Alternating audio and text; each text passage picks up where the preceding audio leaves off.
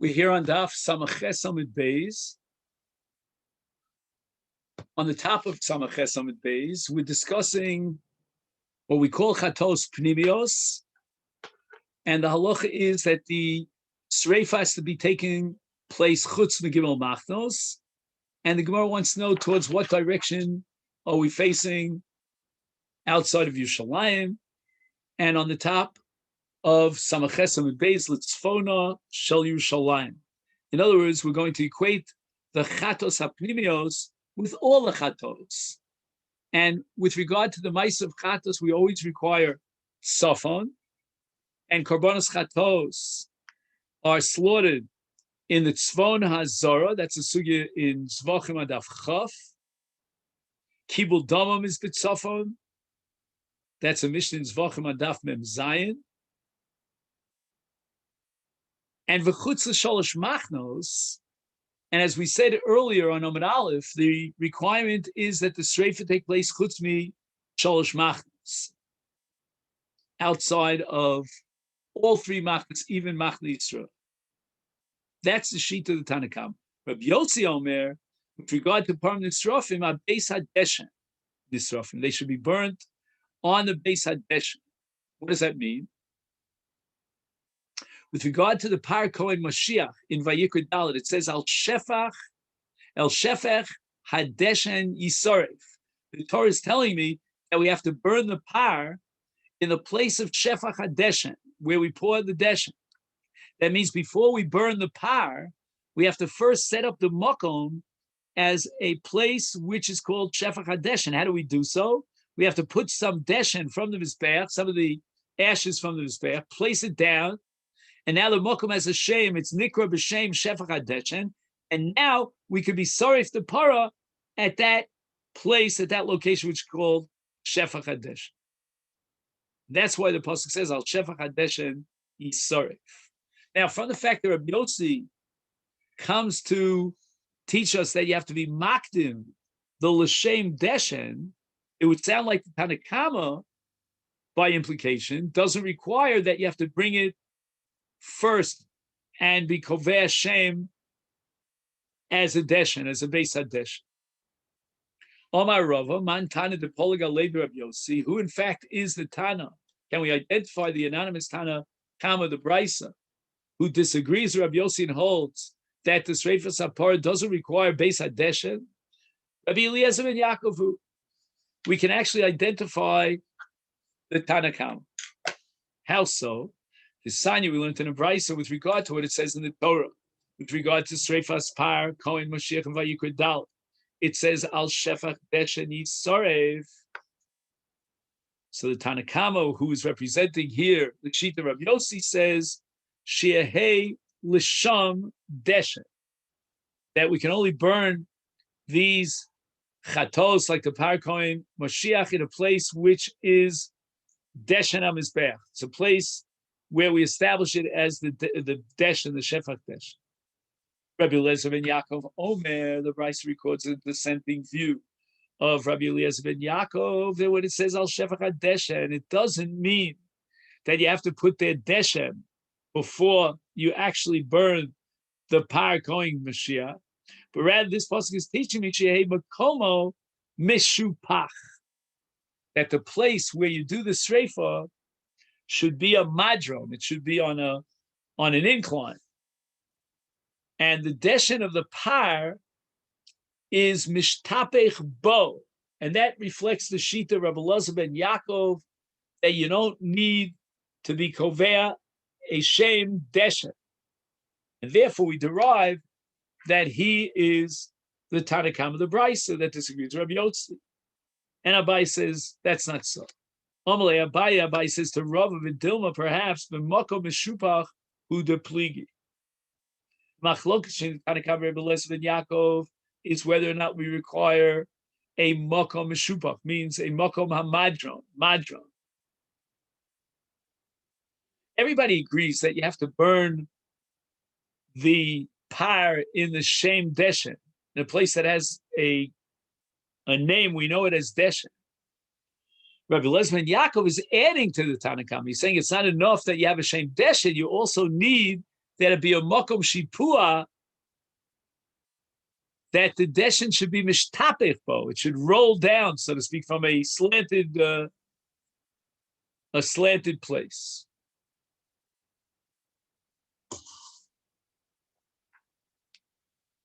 The Tanakama, he doesn't bring this din. He holds that you don't need a makom mishupa. We just add here a note.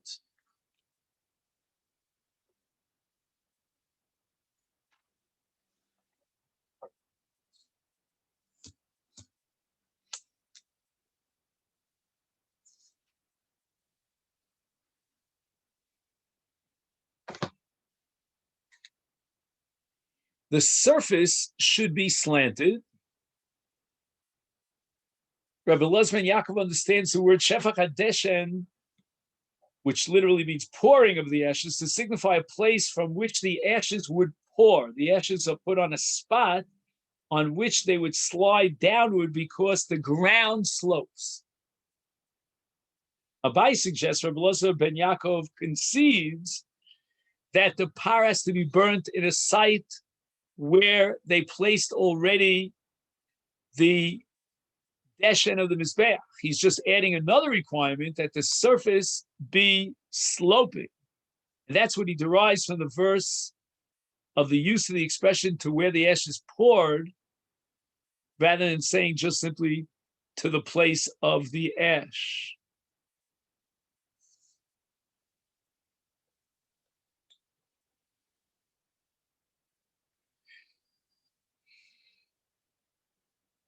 On Rabbanu, we learned in a Bryce, with regard to the burning of the par, the Sar of Yom Kippurim, the Torah says, Vasoref osam. Let's emphasize the word osam, yechabes gadov. Osam is an extra word which is used as a mute, and it says hasoref, only the soref, who is involved in actually burning the par and the sar, the gufa shel par, the gufa shel sar, he's mitami b'gadov. But, and the also means the gufa shel par, the gufa shel sar. For lo, this comes to exclude the following categories. Number one, hamatzis es ha'ur, the one who lights the torch, the fire. He does not contract tumah. V'lo hamasader es hamarocha, nor those who are involved in setting up the atze hamarocha. And kol sidur eitzim shaleim nisrafim akarbonis nikroim maruroch. So this fellow is organizing the maruch, the eitzim maruch. He's not involved in streifas guf haparva sor mamish. Therefore, he doesn't contract tumah. And the brisa continues, v'eze hasoref, who does actually contract tumah. And he defined the scope of a soref. Anyone who's involved in the streifa and enhances or aids in the streifa, he is mitame, and that would include someone who turned over the meat, right? Because it's got to get well done on both sides, or hamasayeh b'shas streifa. Let's say while the meat is burning.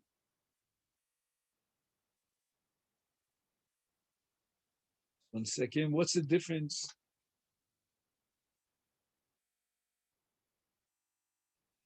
I don't know. He gives three cases here. They're all very, very similar to interpret what Messiah b'shasreifa means. He talks about mahapik sabasa. He turns over the meat. Mashlich od eitzim la'esh. Maybe we need more fuel for the fire. Or mahapik ba'esh ubegecholim. He does what we call chitui, and he pokes away at the coals and brings the fire to go higher. In all these cases, he's called a Messiah b'shasreifa, and he's mitami b'god. The Brisa clarifies, Yochol af misha nasu efer mitami b'godim. We spoke about the Messiah b'shasreifa. What happens if he gets there a little bit late? What does that mean, a little bit late? it's already nasu efer. He gets there at the point where the par or the sawyer was already turned into ashes. And now he wants to add extra streifa beyond that, or he wants to move him around. Should he become Tomei? Is he called a Messiah Shastreifa even after what? After Nasu Apar Vasor Efer, Tamid Lomar, Vasoref Osam. We said that the word Osam is redundant and it's a mute. Osam, meaning the boss of the part of the Sawyer, when they're alive and well, they're still whole, is Mitabi Begodim. Both Shenasu Efer, Mitabi Begodim. Not after the point at which it's Efer and it's no longer called a par or a Sawyer. And the Gilyon Hashas actually invokes the famous phrase in Chazal all over the place, Ponim Chadoshes Bolakam. We have a new goof, so to speak.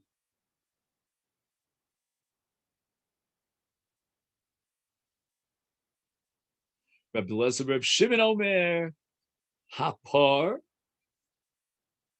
It says Hapar. It says Hasoref Osam Yichabes Godov. It doesn't say par, but nevertheless, Rabbi Lezer and Reb Shimon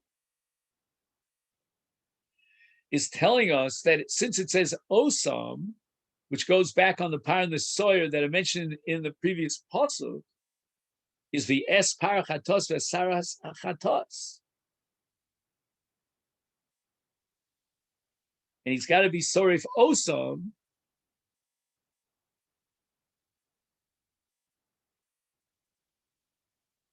And basically, it seems like Rebbe Elazar and Reb Shimon is just reiterating what we heard from the Chachamim, from the Tanakama. That's Metame Begodim because he's a sorif, and you have a par. But nitach habasar, if he cuts up the meat, and now it's, you can't see it too, sapar, ain't a metame begodim.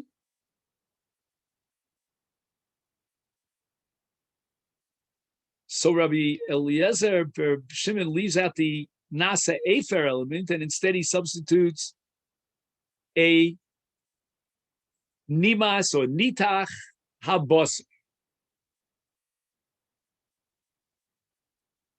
So the Gemara asks, "My beinayu, what's the difference here? I mean, they're both saying the same thing, just in different words. You're not going to tell me that the arasora metamim after the streifa."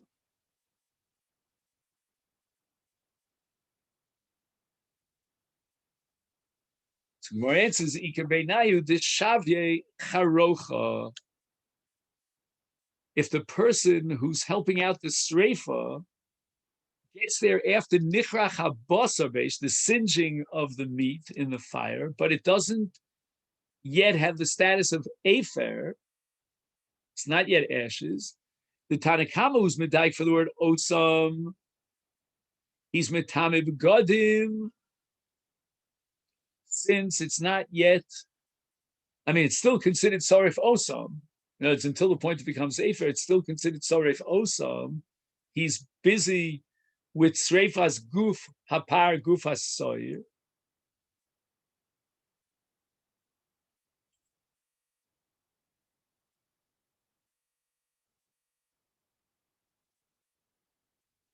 According to Rabbi Elazar Reb Shimon, now let's think this out. Rabbi Elazar Reb Shimon was excluding a case of Nitach Habasar,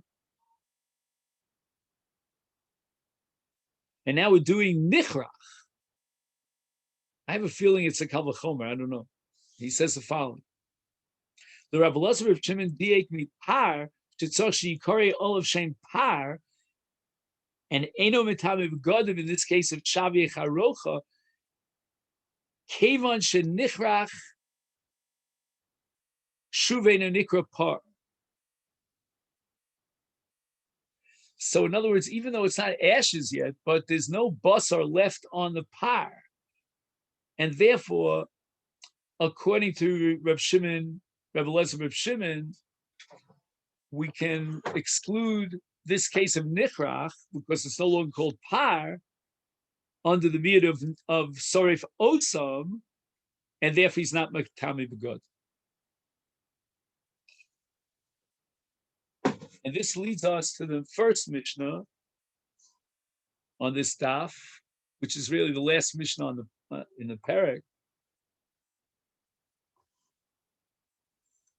Now, this Mishnah that we're going to learn now is a continuation of the Mishnah back on Daf Samach Vav, that after the Kohen Gadol sends the Soya Mishtalech to the Midbar, he's not allowed to continue the Avodas Yom Kippurim until he gets the word that the Soya already reached the Midbar.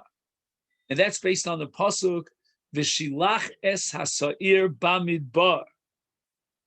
It's only after the Shaliach, the Mishalech, reaches the Midbar, at that point in time, and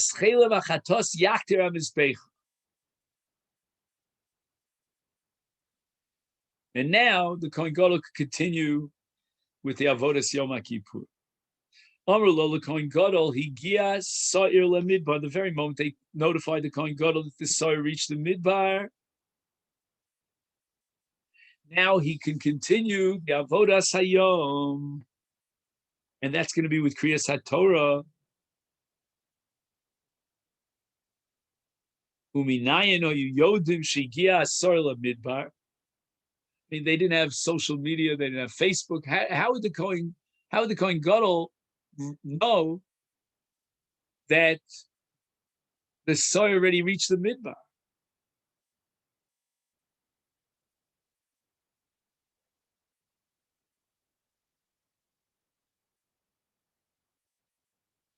I know Yodim, she gets all the midbar. Dirchaos hayu osim umenifim bisudarim.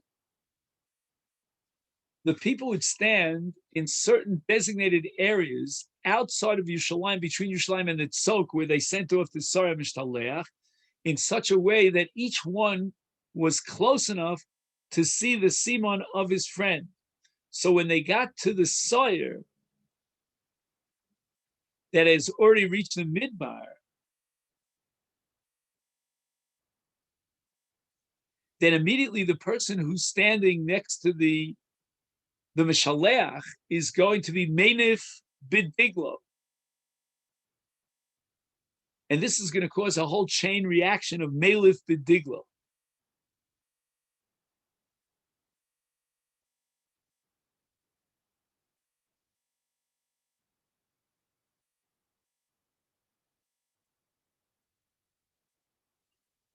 What happens? Chavero samach lo roeh umenif. Chavero ha'acher ro menif. V'chein hala. In other words, they sent. It's like a relay onwards. You know, this notification that the sar is in the mid. And finally, the last person to see these simonim, these siduris, the dgolim, is that person who's right outside Yerushalayim. V'yodim shigia hasar lemid. That was the system of notification. Amar Rabbi Yehuda, why did they need the simon of the Sudarim? Valo simon gadol hoylem. Why? Because Yerushalayim ad beis chidudo, which is the name of the place at the Rosh Hamidbar, and that's where the Sar had to reach. So how far is it from Yerushalayim until the Midbar, till Beis Chidudo? Shlosha Milim. And we said that a meal is Alpayim Am, correct?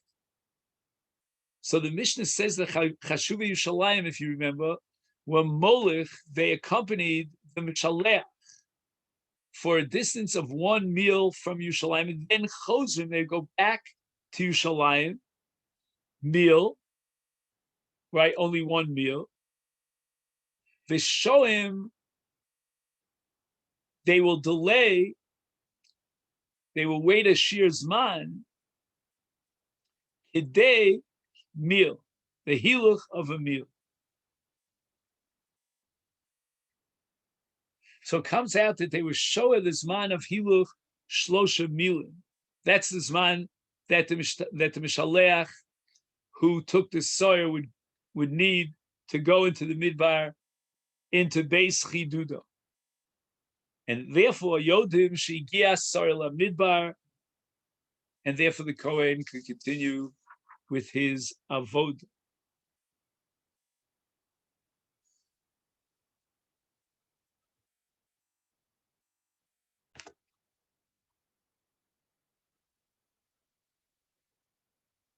And now we get to Rabbi Shmuel. Rabbi Shmuel Omer, Halo Simon Acher Hoylehem. There was a different method of communicating that the Sawyer had already reached the Midbar.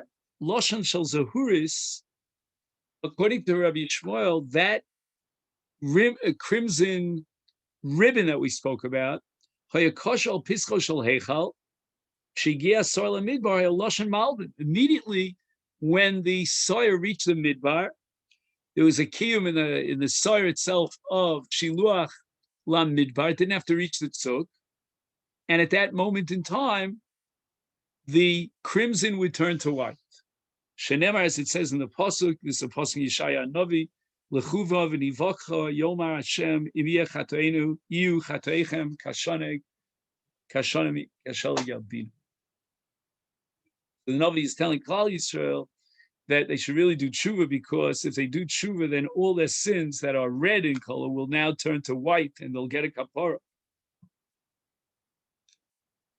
The Gemara says, Omar Abai Shmamina, from Rabbi Yehuda, we should derive the conclusion that Beis Chidudo Bamidbar Kaima, that this location called Beis Chidudo is in the Midbar, because we have to get the Sawyer to the Midbar, and Rabbi Yehuda says that it has to reach only Beis Chidudo. It must be the Beis Chidudo is in the Midbar. V'kamach Malon, and Abai wants to teach us the Kasov Rabbi Yehuda, Kevin Shigia Sola Midbar Naseis Mitzvaso, it doesn't have to reach the Tzuk. The mitzvah has already been fulfilled, and once it reaches the Beis Chidudo, at the beginning of the Midbar, the Kohen Gadol could begin his avoda, and he could recite and he could read the Torah. And the Tanakama holds that we have to wait until it reaches the Tzuk Mam. So when it's Nasis Mitzvaso in Sar Mitzaleach, is a machlokas between Rabbi Yehuda and the Chacham. Rabbi Yehuda has it in the Higiel Midbar, and the Chacham say Tzuk. Hadron Alecha Shnei Seirim. And now we begin the seventh parak, Bolo Kohen Gadol. This Mishnah is a continuation of the Seder Avodah of the Kohen Gadol on Yom Kippurim. Once he knows that the Sar Lazaza reached the Midbar, Bolo Kohen Gadol Likros, now he goes into the Ezra's Noshim, and there he reads the Parsha of the day. And he's now completed the Ikar Avodas Yom Kippurim. He's going to read the Parsha, and he's going to review in the Parsha the Avodah, the Seder HaMikros. Then he's going to be mispalel after the Kriya that the Avodah should be received on high. And the Chiyuv, the obligation of Kriyas Parshas Hayom on Yom Kippurim, is derived from Miluim, during the Shivas Yimei Miluim, that Moshe did the Avodah as described in Parshas Tetzaveh, and there was a chinuch process to prepare them for the Mishkan, and they read the Parsha, and Kriyas Parsha was Ma'akiv, and that's a Gemara back on Daf Hayom and Beis. Ratzal Likros B'Bigdei Butz, Kore. If he wants to read while he's wearing his Bigdei Pishtan, which are the Bigdei Lavon, in which he did the Avodas Hayom, that's fine. And he has to wear the Bigdei Lavon that he wore during the Avodah. He's not allowed to be Lovesh Bigdei Zav. The Imlav is Kore Be'itzlis Lavan Mishalo. His other option is to wear Bigdei Lavan Mishalo. And this means that the Kriya is not an Avodah. He's allowed to read it in any begotten that he wants, but not in Bigdei Zav, as we said before. Now, Chazan, the Shamash of the Beis HaKnesses, on our Abayis that was near, there was Beis HaKnesses near the Azor Notel Sefer Torah. he takes the Sefer Torah and Rashi writes elsewhere that the Kohen Gadol on Yom Kippurim would be reading from Sefer Azara, that's the Sefer Torah that was written by Moshe Rabbeinu. It was left in the Kodesh Kadoshim, and during the Bayis Sheni they would read it after the Geniza of the Aron. During Bayis Rishon, the Sefer Torah was Munach Bi Aron, V'lo Yukarim Bo Ela B'Sefer Acher. They read a different Sefer. We're not allowed to enter into the Kodesh Kadoshim, Shalom Tzarech Avoda, and so forth and so on. Notes no L'Rosh HaKnesses. He gives it over to the person who's Memuna. He's appointed on the Anhagas HaTfilah. He would be Kovea, who would read the Maftir, who would be Paris al Shema, who would go in front of the Teva as the Tzibur. He was the Rosh HaKnesses. Rosh HaKnesses Nosno L'Skan. Now the Sefer Torah is being passed to the Skan Kohen Gadol, who stood as a backup for the Avodas Kohen Gadol in Yom Kippurim, an event that the Kohen Gadol would have a psul if he became Tomei, for example.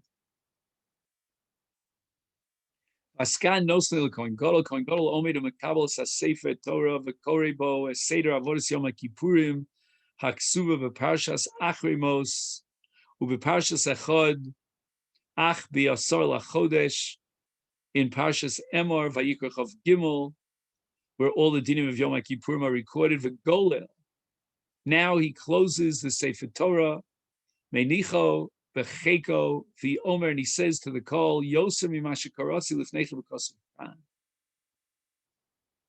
which means that Osid Ani Likros Od Parsha Shlishis. There's more than what we have here. The third Parsha is going to be read Bal Peh. So don't think that the Parsha is missing something, as if part of the Parsha was missing from the Sefer Torah.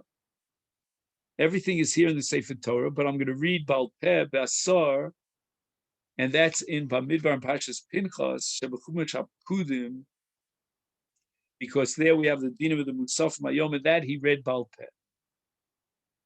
And the Meshech Chochmah says that he read it Bal Peh because this was not a Chiyuv Kriya D'Oraisa, couldn't be D'Oraisa, because the Chiyuv Kriya is derived from Parshas Hamiluim, and this Parsha of the Bekudim in Sefer Bamidbar and Parshas Pinchas was not yet given.